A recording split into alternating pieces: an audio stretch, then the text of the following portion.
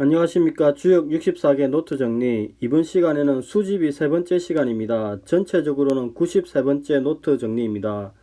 이번 시간에는 수집이 63과 64에 대해서 알아보고, 시간이 나면은 그 뒤에 그 변효를 구하는 고형의 전법에 대해서 제가 아는 정리한 만큼 소개를 해드리겠습니다.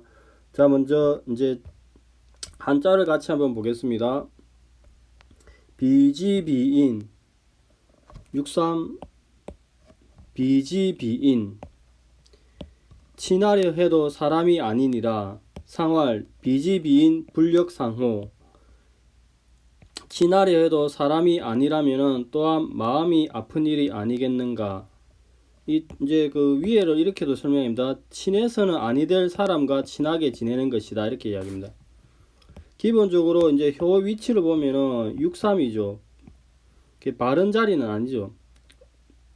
부당이죠. 그 다음에 정응도 아니죠. 적응이죠. 즉 3위는 보통 교만한 자리로서 이 현재 음효로서 제자리가 아니다. 즉 발음을 잃었고 정응하는 효도 없다고 합니다. 그래서 여기서 비는 나쁜 사람, 즉 따를 가치가 없는 사람이라고 이야기합니다. 황태현 교수님은 다칠 위험이 높다. 나쁜 사람은 이를 엄정하게 연대하거나 타산적으로 어울리면 상처를 피할 수 있지만 친밀하게 사귀면 그 결과가 뻔하다고 이야기합니다. 그러니까 빌헬름이라는 교수님은 적과 어울려야 하는 경우에는 애착 없이 냉정하게 대하라. 타성으로 인해서 그릇된 친밀성에 사로잡히면 안 된다. 이렇게 경계사로 이야기합니다. 그러니까 실제로 효를 받았을 때 이 비를 어떻게 볼 것인가가 문제죠. 그리고 이제 비인이 누구인가 문제인데, 그러면 친하려 해도 사람이 아니다. 친해서는 아니 될 사람과 친하게 지내는 것이다 이야기하는데, 그럼 피할 수는 없는가, 그런 문제도 발생할 수 있습니다. 이 부분은 또 효를 구체적으로 받으면은 구체적 상황에서 조금 더 고민을 해야 될 문제라고 생각이 듭니다. 자, 63은 여기까지 하고 이제 64에 대해서 보겠습니다. 외비지 정길. 밖에서 친함이니 마음을 바르게 하면 길함이니라, 이렇게 이야기합니다. 상활 외비 어현 이종상냐. 밖에서 어진이와 친한 것은 위에 따르는 것이니라, 이렇게 이야기합니다. 기본적으로 이 육사는 자기 자리죠. 근데 자기 자리지만 초역과는 적응이죠. 적응. 정응이 아니죠. 그리고 육사는 이렇게 양강의 밑에 있죠. 강이 바로 밑에 있어서 이렇게 친비 관계라고 이야기도 합니다. 친비. 즉 육사는 음효로서 제자리이나 초육과 정응하지 않고 구어의 양 바로 밑에 있다. 이를 이유로 이렇게 설명하는 견해가 일반적입니다. 밖으로 덕이 있는 자와 친하게 지낸다. 즉 황태현 교수님이 설명하신 부분을 보면은, 이 효를 설명하신 부분은 육사는 초육과 적응이니 이 두 효는 서로 음효라서 적응, 서로 친밀 관계를 구할 수 없어 육사는 부득불 구오 양에게 접근한다.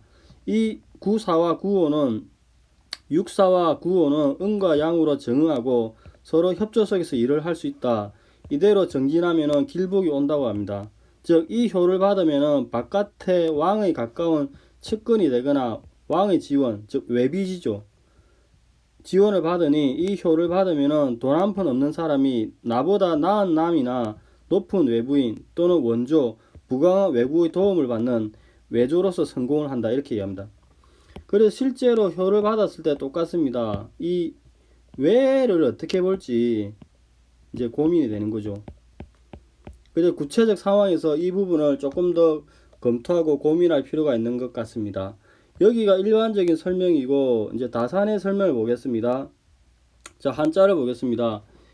비지비인 상활, 비지비인 불력상호.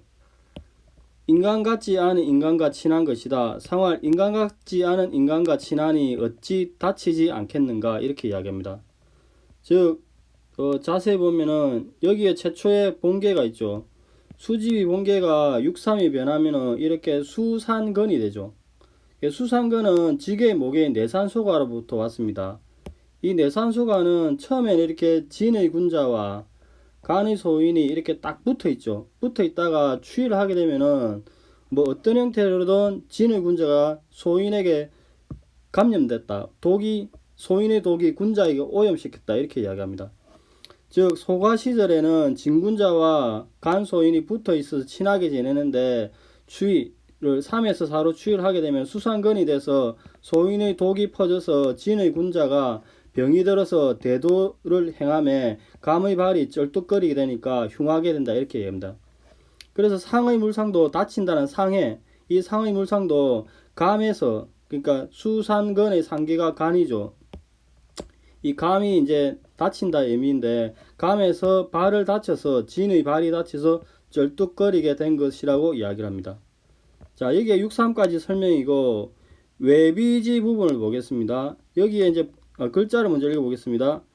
외비지 정길, 외비어현 이종상야, 밖으로 현자와 친하니 이를 맡아 처리함이 이롭다. 상활, 밖으로 현자와 친하다는 것은 윗사람을 따른다는 것이다 이렇게 이야기합니다. 즉 이렇게 수집이 본계가 있으면은 이렇게 이제 추위를 하게 되면은 택지체가 되죠. 이 택지체는 기본적으로 뇌산소가라는 모계로부터 왔죠. 즉 뇌산소각계에는 이렇게 안에 있는 강과 밖에 있는 강이 서로 이렇게 붙어서 친하게 지내죠.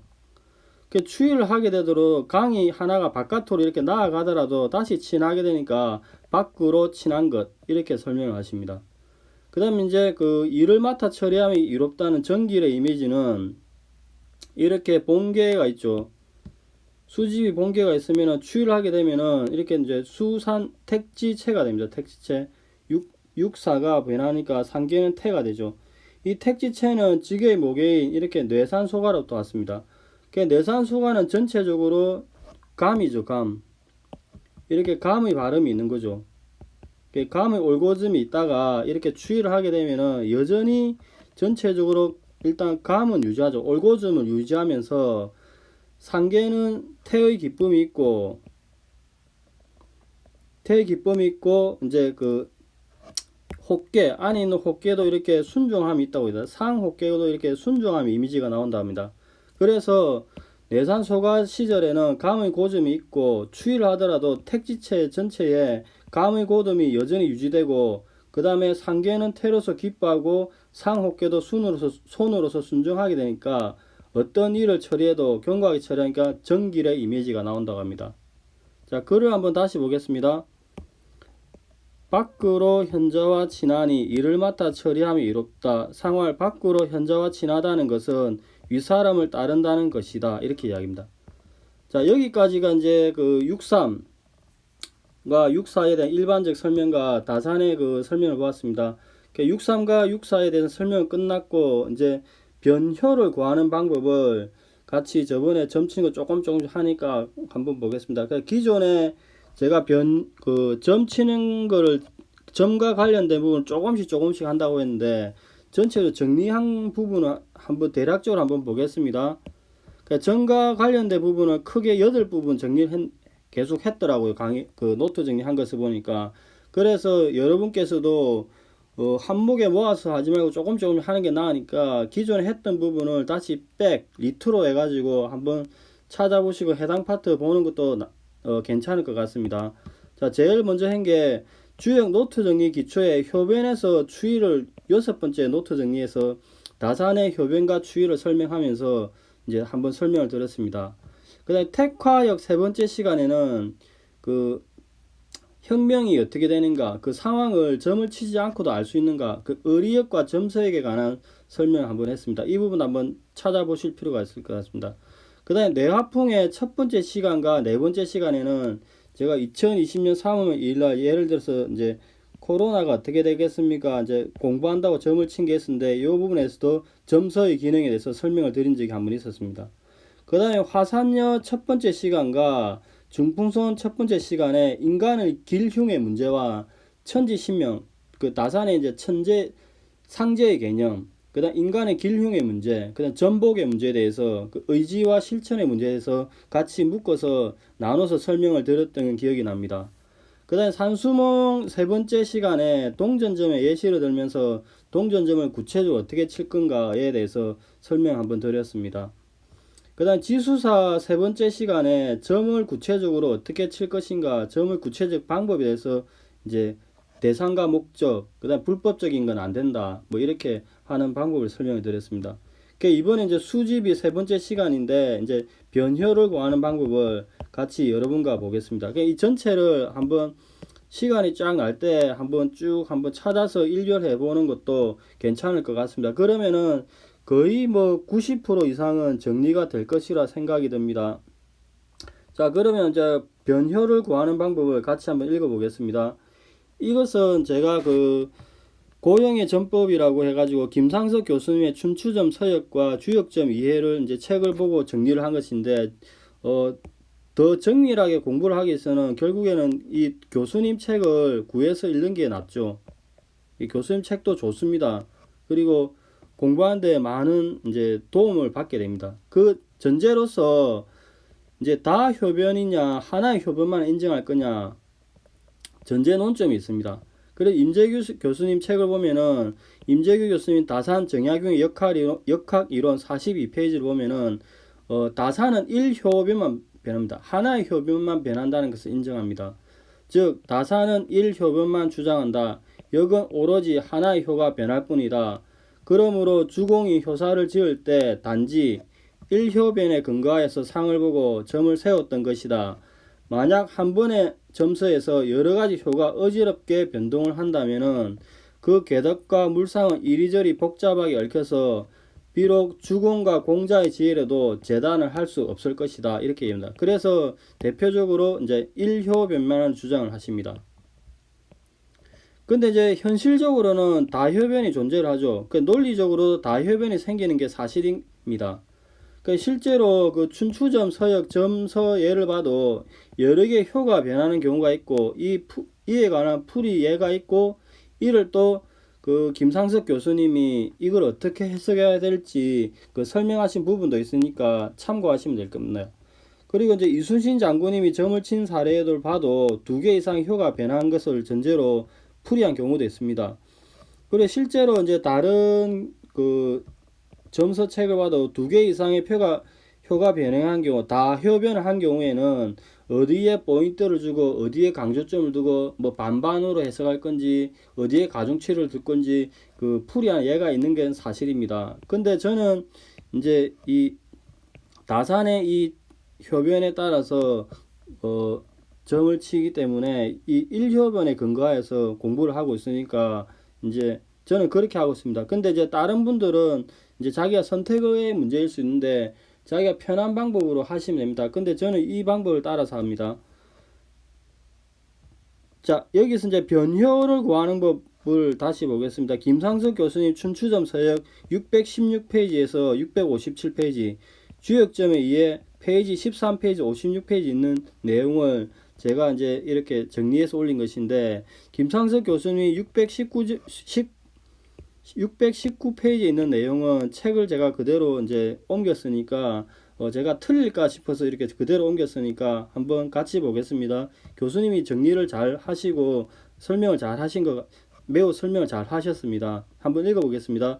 각 개의 각 개는 6효이고 각 효는 9 또는 8 또는 7, 6으로 되어 있는데 이것을 사형이라고 한다. 각 효는 4종류의 영수를 넘지 않는다. 6효에 각각 하나의 영수를 가지니 6수의 합계를 개의 영수라고 칭할 수 있다. 만약 6효가 모두 6이면 그 영수는 36이며 영수 중 가장 적은 것이다. 만약 6효가 9, 8, 7, 6으로 뒤섞여 있다면 그 영수는 36과 54를 넘어서지 않는다. 천지의 수는 55수는 가장 큰 영수에 비하여 하나가 많다. 천지의 수는.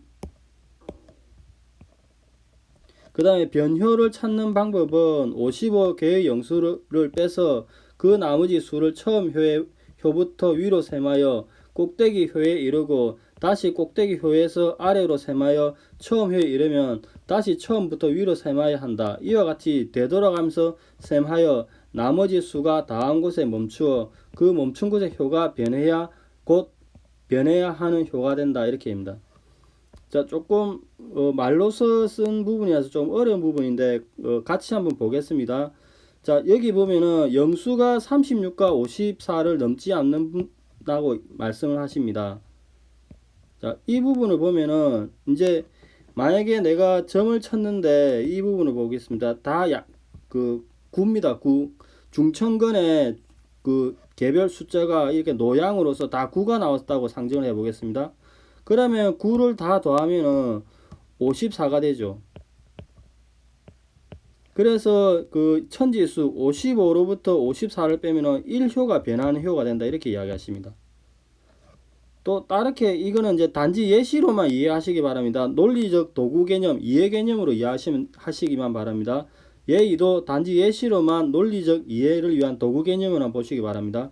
만약에 모든 효가 중지곤, 6으로 된 중지곤이라 이야기했을 때 6, 6, 6, 6, 6, 6 이렇게 되죠. 그러면은 천지의 수 55에서 36을 빼면은 19가 나오죠. 그래서 변하는 효는 여섯 번째 상효, 이 여섯 번째 효라고 이야기합니다.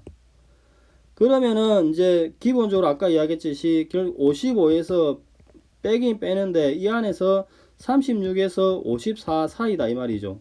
결국에는. 그래서 나오는 숫자에 따라서 변효가 몇 번인지 구하게 된다 이렇게 이야기합니다. 그래서 찾는 방법은 55에서 괴의 영수를 뺀다 하면은 최초의 55에서 아까 이거 부분이 54만 빼보겠습니다. 빼면은 1이죠. 그래서 여기에 54를 빼면은 요 일부분이 이제 초효가 변하는 영수가 되는 거죠. 그 53을 빼면은 2, 52를 빼면 3, 51을 빼면은 4, 55에서 50을 빼면 5, 55에서 49를 빼면은 6 이렇게 됩니다. 그럼 6이면은 다시 밑으로 갈 것 같은데 그렇게 하지 않고 바로 그냥 옆으로 이렇게 점프해 가지고 옆으로 그냥 옆으로 한 칸만 갑니다. 옆으로. 그러니까 여기서 이렇게 되죠. 그래서 55에서 48을 빼면은 7 이렇게 됩니다.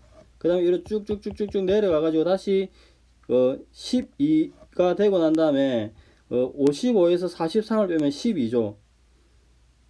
그 다음에 여기서 이리 올라가는 게 아니라 또 옆으로 한 칸. 그래서 아까 여기서 위로 꼭대기효에서 이루고 다시 꼭대기효에서 이게 이 말입니다. 그 아래로 서면서 다시 아래 처음에부터 이게 여기서 요 꼭대기에서 꼭대기, 꼭대기에서 꼭대기, 아래에서 아래 요렇게 이야기하는 겁니다. 자, 이렇게 되어 있는 부분을 이제 기본적으로 이제 이렇게 되어 있는 부분을 이제 설명하는 거죠. 그리고 깨끗하게 다시 보면은 이게 이제 도표가 돼 가지고 이거 도표가 이렇게 딱 한 게 나오는 겁니다. 이 부분을 이제 예전에는 그 김상석 교수님이 도표로 딱 깨끗하게 정리했다가 춘추전 서역에서도 이걸 이제 정리해서 이제 설명을 하시는 거죠. 그러니까 예를 들어서 점을 치면 한번 그 옛날 쳤던 거를 한번 예시를 한번 실제적으로 어떻게 되는가 한번 보겠습니다. 옛날에 제가 코로나가 3월 2일 날 어떻게 되겠습니까? 공부한다고 점을 쳤는데 그때 이제 1번부터 요렇게 하나씩 쳐서 올라가는 거죠. 1번, 2번, 3번, 4번, 5번, 6번. 그러니까 학이 나오고 500원짜리 500원짜리 뒷면이 나왔을 때 기호로 학이 나온 거는 플러스 이렇게 플러스로 표시를 하고 그 다음에 그 500원짜리 나온 거는 이렇게 마이너스로 표시를 한 거죠. 그러니까 예를 들어서 여기 500, 500, 500은 마이너스, 마이너스, 마이너스 이렇게 되는 거죠. 그래서 그 보면은 숫자로 보면은 7, 8, 7, 7, 6, 6 이렇게 숫자가 나오는 거죠. 그 음이냐 양이냐는 이제 그 666은 이 부분은 음인 건 확실하고 그 다음에 그 플러스 나온 게 지금 없는데 그 예를 들어서 이제 플러스 마이너스 7번 이 플러스 마이너스 한 거는 플러스 없는 작은 게 그거니까 이걸 양으로 보는 거죠. 그 다음에 플러스 마이너스는 음이 적으니까 이걸 음으로 보는 거죠. 그래서 결국에는 이 여기 있는 숫자를 다 더하면은 여기 있는 숫자를 다 더하면은 이제 변효가 그 14가 나오는 거죠. 41이 되는 거죠. 그래서 55에서 이렇게 41을 빼면은 전체 숫자가 41입니다. 이렇게 41을 빼면은 14가 나오죠. 그 14가 이제 1, 2, 3, 4, 5, 6, 7, 8, 9, 10, 11, 12, 13, 14 하니까 이게 41이 나옵니다. 그냥 두 번째 효가 변효가 된다고 이제 하는데 근데 이제 두 번째 효를 찾아보니까 8이죠, 8. 우리가 노양 노음 할 때는 6과 9가 있어야 변하는데 이 8은 변하는 건 아니죠.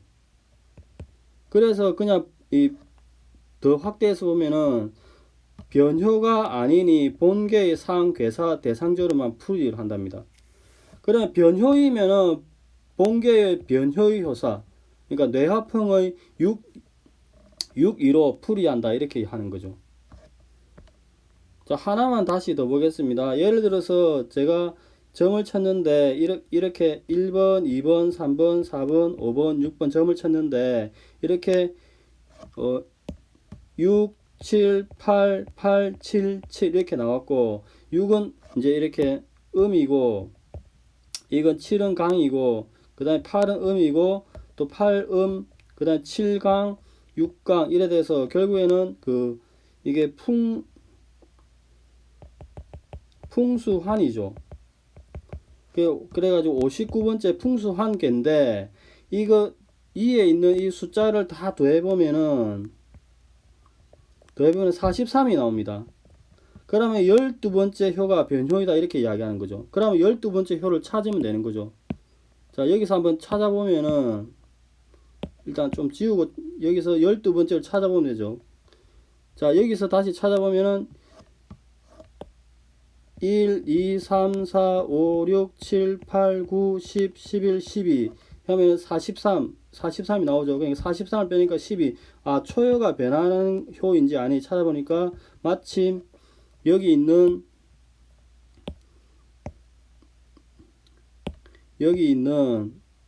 초효 이게 변하는 효가 되는 거죠. 결국 6은 노음이니까 결국 변하는 효가 되니까 풍수안의 초효의 효사 용증마장길 그 부분을 가지고 해석을 한다고 이야기합니다. 근데 이게 6이 아니라 예를 들어서 뭐 8이라든지 뭐 다른 숫자인 경우 그러니까 노음이 아닌 경우에는 이제 그냥 본계의 괴명과 괴사로서 그렇게 풀이를 하는 거죠. 자, 여기까지가 기존에 제가 이제 김상석 교수님의 변효를 구하는 방법에서 점을 치고 실제로 풀이를 하는 것입니다. 근데 기존에 이렇게 하지 않고 다효변을 하는 경우도 있고 이거와 전혀 다르게 전통적인 주위의 전법이나 기존의 트래디셔널 정통적인 교과서에서 설명하는 법도 있으니까 이 부분은 본인이 선택을 하는 문제인 것 같습니다. 엄밀하게 이야기하면은 이제 우리가 절대자 이 코드를 만든 사람한테 점을 어떻게 칩니까? 물어봐야 되죠. 근데 그 코드를 만든 사람은 지금 없죠. 물어볼 수 없으니까 우리가 점을 칠 수밖에 없는데 조금 방식이 틀릴 수가 있겠지만은 만약에 내 정성이 가득하여서 진실하여서 내가 물어본다면은 그 사람은 코드로서 알려주려고 하는데 내가 조금 몰라도 내 수준만큼 알려주지 않을까 그런 논리적으로 생각을 할 수 있죠. 그래서 저는 이제 기존에 있는 전통적인 전법보다는 김상석 교수님 책을 보고 아 이게 맞겠다 싶어서 동전점하고 변효를 구하는 방법에서 이렇게 하고 있습니다. 자, 오늘은 조금 어렵고도 조금 생소한 부분인데 기존에 제가 했던 이 부분을 계속 반복적으로 했으니까 이 부분을 보시면은 조금 전체적으로 낯설지만은 조금 더 이해하기가 조금 더 나을 것 같습니다. 자, 오늘은 이제 수지비의 세 번째 6.3과 6.4에 대해서 알아봤는데 6.3에서는 비의 개념, 6.4에서는 외의 개념이 무엇인지 검토할 필요가 있습니다. 그리고 후반부에는 고형의 전법에 대해서 말씀을 드렸는데 기존에 전통적으로 다효변을 하는 풀이도 있는 반면에 고형의 전법도 있으니까 양자를 여러분께서 보시고 자기에게 맞는 방법을 선택하시면 됩니다. 자, 오늘은 여기까지 하고 다음 시간에는 나머지 효에 대해서 설명을 드리겠습니다. 감사합니다. 좋은 하루 되십시오.